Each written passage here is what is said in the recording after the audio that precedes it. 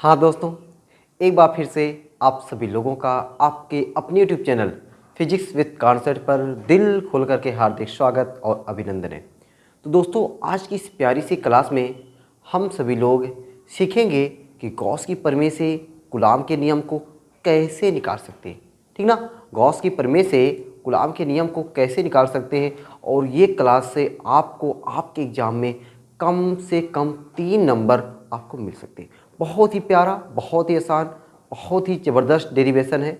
आप मुश्किल से 10 मिनट देखेंगे, आपको पूरा A to Z चीज़ें सब कुछ समझ में आ जाएगी और आप अपने बोर्ड एग्जाम में 3 नंबर तो पक्का पक्का ही कर लेंगे। ठीक है, तो शुरू करते हैं आज की इस प्यारी सी क्लास को।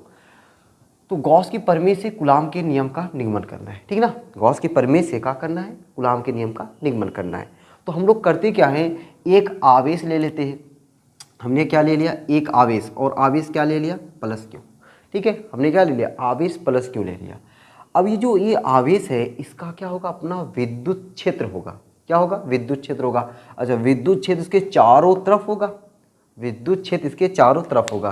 तो मैं इस आवेश का चारों तरफ क्या दिखा दिया? ये विद्युत क्षेत्र दिखा दिया। ये क्या हुआ?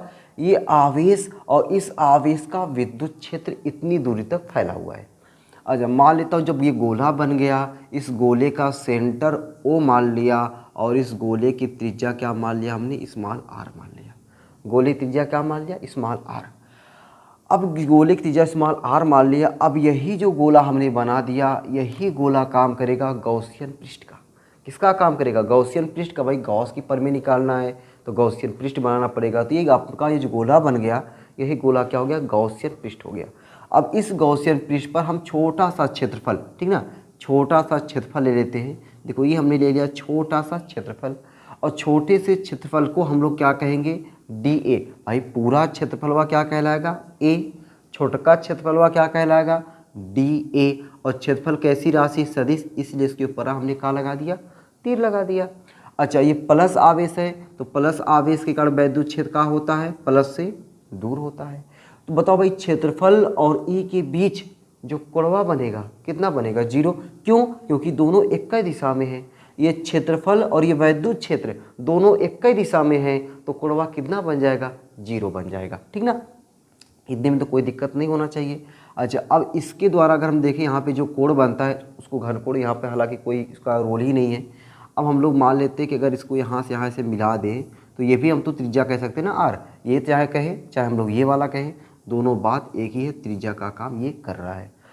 अब दोस्तों, हम लोग मान लेते हैं कि जो अल्पांश पृष्ठीय क्षेत्रफल है, ठीक है, अल्पांश पृष्ठीय क्षेत्रफल है, इससे गुजरने वाला वैद्युत फ्लक्स छोटा ही होगा। भाई छोटा क्षेत्रफल, गुजरने वाला वैद्युत फ्लक्स क्या होगा? छोटा होगा। वैद्युत फ्लक्स को हम लोग लिखते हैं फाई ई से, ठीक है, लेकिन छोटका वैद्युत फ्लक्स जो होगा उसको क्या लिखेंगे? D phi e. मतलब डी लगा देते हैं। जैसे क्षेत्रफल ए था, बड़का क्षेत्रफल ए, तो छोटका क्षेत्रफल क्या हुआ? D A. उसी तरीके से बड़का वैद्युत फ्लक्स फाई ए, छोटका वैद्युत फ्लक्स डी फाई ई। अब देखो, यहाँ पे शब्द ना एकदम नहीं लिखना है कि माना एक बिंदु आवेश प्लस क्यू जिसके द्वारा उत्पन्न विद्युत क्षेत्र r दूरी तक फैला हुआ है, प्लस क्यू आवेश दिया जाता है, वगैरह वगैरह, कुछ नहीं लिखना है यार। ठीक ना, डायरेक्ट हम लोग क्या आते हैं? डेरिवेशन पे आते हैं। सिंपल सा डेरिवेशन है, अब वही आपको देखना है। ठीक है, बस क्या लिख दें? यदि अल्पांश, बस आपको भी इतना ही लिखना है, यदि अल्पांश, अल्पांश मतलब छोटका वाला, अल्पांश पृष्ठीय क्षेत्रफल, यदि अल्पांश पृष्ठीय क्षेत्रफल, अच्छा, अल्पांश पृष्ठीय क्षेत्रफल को क्या कहते हैं? डी ए वेक्टर कहते हैं। यदि अल्पांश पृष्ठीय क्षेत्रफल डी ए वेक्टर से होकर, डी ए वेक्टर से होकर गुजरने वाला, ठीक ना, क्या? गुजरने वाला वैद्युत फ्लक्स, गुजरने वाला वैद्युत फ्लक्स क्या हो? अरे भाई, छोटका क्षेत्रफलवा से वैद्युत फ्लक्स जो गुजरेगा छोटका गुजरेगा ना, तो क्या मान लिया इसको हमने? डी फाई ई हो तो, डी फाई ई हो तो क्या हो जाएगा? डी फाई ई बराबर vector E dot vector A. अरे वैद्युत फ्लक्स की परिभाषा ही है vector E dot vector A, तो ए का कमवा कर रहा है डी ए का कमवा कर रहा है डी ए। अब बताओ इन दोनों के बीच, अच्छा, इसका फार्मूला होता है डी फाई ई बराबर vector E dot vector A होता है ई ए कॉस थीटा। तो यहाँ पे थीटा कितना हो जाएगा 0 अंश। क्यों 0 अंश? क्योंकि दोनों एक ही दिशा में हैं, ठीक है। अच्छा 0 अंश का मान वहाँ कितना हो जाएगा, 0 अंश का मान वहाँ हो जाएगा 1। तो हमको क्या मिल गया, डी फाई ई बराबर ई डी ए गुणे 1, ठीक, ई डी ए गुणे 1। तो डी फाई ई बराबर e d a, d phi e बराबर ई डी ए।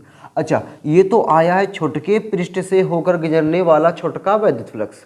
हमको क्या चाहिए, हमको चाहिए पूरे पृष्ठ से होकर गुजरने वाला वैद्युत फ्लक्स। अपने को क्या चाहिए, पूरे पृष्ठ से होकर गुजरने वाला वैद्युत फ्लक्स। तो पूरे पृष्ठ से चाहे लिखो चाहे संपूर्ण लगा दो, तो मैं क्या लगा देता हूँ, संपूर्ण। क्या लगा दिया मैंने, संपूर्ण। लो भाई देखो संपूर्ण हो गया, संपूर्ण पृष्ठ से, संपूर्ण पृष्ठ से क्या, अरे गुजरने वाला वैद्युत फ्लक्स, संपूर्ण पृष्ठ से गुजरने वाला वैद्युत फ्लक्स क्या कर दे, समाकलन कर दे। क्या कर देते हैं, समाकलन। देखो कैसे समाकलन करते हैं, सीख लो, जरा सीख लो, नहीं सीखे हो तो, ठीक है। देखो ये समाकलन हो गया, ठीक है। अपना पृष्ठ कैसा है, बंद पृष्ठ है, ये चिन्ह लगा देते हैं, ठीक है। इधर वाला क्या है, डी फाई ई बराबर समाकलन ई डी ए, ठीक। मैंने दोस्तों ना आपको समाकलन यहाँ पे फार्मूला लगवाया नहीं है, समाकलन का फार्मूला बताया नहीं है, मैंने सिंपल बताएगा डी के आगे कुछ नहीं है तो पिछुआ वाला समाकलन। फिर से बात सुन लो जरा, बहुत प्यारी बात बोला मैंने, डी के आगे कुछ नहीं है ना तो पिछुआ वाला समाकलन। तो पिछुआ वाला समाकलन क्या हो गया, फाई ए बराबर, इसमें देखो, अच्छा इसमें तो केवल अगर डी ए होता तो कर देते, लेकिन ई चिपका हुआ है। और मैंने बताया है कि जिसके साथ डी लगा होता है उसी की इज्जत मानी होती है, वही अंदर रहता है, बाकी बाहर। तो ई कहाँ जाएगा, बाहर, क्योंकि ई कांस्टेंट है, बचा डी ए, ठीक ना।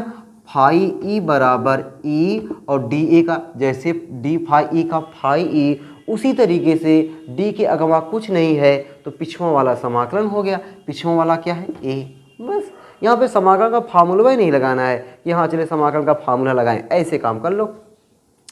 फाई ई की जगह पे क्या लगाते, गॉस की प्रमेय, ठीक है। फाई ई जगह पे गॉस की प्रमेय से, गॉस की प्रमेय से, गॉस की प्रमेय से। और गॉस की प्रमेय क्या कहती है कि फाई ई की जगह यहाँ पे ना क्यू बटा एप्सिलॉन 0 लिख सकते हो। फाई ई जगह यहाँ पे क्यू बटा एप्सिलॉन 0 लिख सकते हो, बराबर ई। अच्छा है देखो जो ए है ना, ए का है गोले का पृष्ठीय क्षेत्रफल, A for area, A for Apple नहीं, ए फॉर एरिया।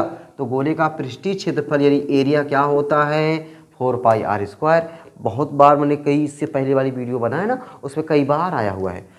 तो अपने को ई चाहिए भी, ई बराबर 1/4 pi epsilon 0 q upon r square. अब जो मेरी वीडियो पहले से देख रहे हैं उनको लगेगा अरे सर ये तो चीज़ें आप कहीं बाहर इतना निकाले। यस, मैंने इतना चीज़ आपके लिए कई बार डेरिवेशन कर दिया हुआ है, इतना चीज़ आपको एकदम गिफ्ट में है। मतलब ये चीज़ लगभग आपका 4 बार हो चुका है, 4 बार सोचो यही चीज़ निकाला गया, एकदम जुबान पे हो गया होगा तुम लोग के। चलो अब देखो यहाँ से बस केवल 2 लाइन एक्स्ट्रा करनी है। क्या एक्स्ट्रा करनी है, मान चलो कि यहाँ पे कोई बिंदु P है, ठीक ना, यहाँ पे कोई बिंदु P है और इस बिंदु P पर कोनो परीक्षण आवेश आ गया है। अच्छा परीक्षण आवेश जो आया है क्या करने के लिए, टेस्ट करने के लिए कि वैद्युत क्षेत्र है, अच्छा है तो कितना है, वैद्युत क्षेत्र है तो कितना है, ये कौन टेस्ट करने आता है, अरे परीक्षण आवेश। तो आए परीक्षण आवेश भाई साहब, ठीक है, परीक्षण आवेश यहाँ पे आया तो ये बताया, लो मेरा टेस्ट करने आया ना, तो देखो कितना मैं तुम पे प्रतिकर्षण बल लगा रहा हूँ भाई। ये प्लस है, प्रति आवेश आएगा, टेस्ट चार्ज, परीक्षण आवेश वो भी प्लस होगा, प्लस प्लस का प्रतिकर्षण बल लगेगा, तो ये दिखाएगा कि हाँ लो इतना बल लगा, ठीक ना। तो इस चीज़ को मैं क्या लिख दूँ, वैद्युत क्षेत्र के कारण, एक लाइन में लिख दूँ, वैद्युत क्षेत्र के कारण, वैद्युत क्षेत्र के कारण परीक्षण आवेश, परीक्षण आवेश, परीक्षण आवेश Q0, परीक्षण आवेश Q0 पर लगने वाला वैद्युत बल, लगने वाला वैद्युत बल, परीक्षण वैद्युत क्षेत्र के कारण परीक्षण आवेश Q0 पर लगने वाला वैद्युत बल। बल देखो भाई F, बल बोले तो F बराबर Q0E। अब ये नया कोई फार्मूला मैंने ड्राइव नहीं किया है, नया फार्मूला कोई नहीं है। देखो वैद्युत क्षेत्र की तीव्रता पढ़े होना, वैद्युत क्षेत्र की तीव्रता में क्या बताया गया कि E बराबर क्या होता है, F बटा क्यू जीरो। तो F बराबर क्या हो जाएगा, क्यू जीरो E होगा कि नहीं, बस क्रॉस मल्टीप्लाई कर दिया। ठीक है, ऐसे भी देख लो, वैद्युत क्षेत्र के कारण परीक्षण आवेश पर लगने वाला बल, वैद्युत क्षेत्र के कारण परीक्षण आवेश पर लगने वाला बल, या तो फिर यहाँ से देख लो। ठीक है, दोनों तरीके से मैंने आपको बता दिया। अब क्या करें, अब क्या करें, अब हम लोग करें कुछ नहीं, बस यही ई का मानवा उठा के ला के यहीं रख दें। जब ई का मानवा ला के रखेंगे, यह बराबर क्यू जीरो, ई का मानवा 1/4 पाई एप्सिलॉन जीरो क्यू बटा आर स्क्वायर, क्यू बटा आर स्क्वायर। तो यफ बराबर 1/4 pi epsilon zero Q zero बटा आर स्क्वायर। बताओ भाई, यही है कि नहीं कूलाम का नियम, यही कूलाम का नियम है ना। कूलाम के नियम में दो आवेश होता है, उनके बीच की दूरी होता है। देखो दो आवेश क्यू जीरो है, उनके बीच की दूरी है, उस पर इतना बल लग रहा है। ये कहाँ से निकल के आया, गॉस के नियम से निकल के आया। तो ये है गॉस की प्रमेय से कूलाम के नियम का निगमन। ठीक है, नीचे लिख सकते हो, यही कूलाम का नियम है, यही कूलाम का नियम है, यही कूलाम का नियम है। तो ये प्यारा सा डेरिवेशन आपको आपके एग्जाम में कम से कम 3 नंबर तो दिला के रहेगा। तो 3 नंबर पाना है, इस डेरिवेशन को बढ़िया से तैयार रख के रखना है। ठीक है, तो उम्मीद करता हूँ कि आप सभी लोगों को ये प्यारा सा डेरिवेशन समझ में आ गया होगा।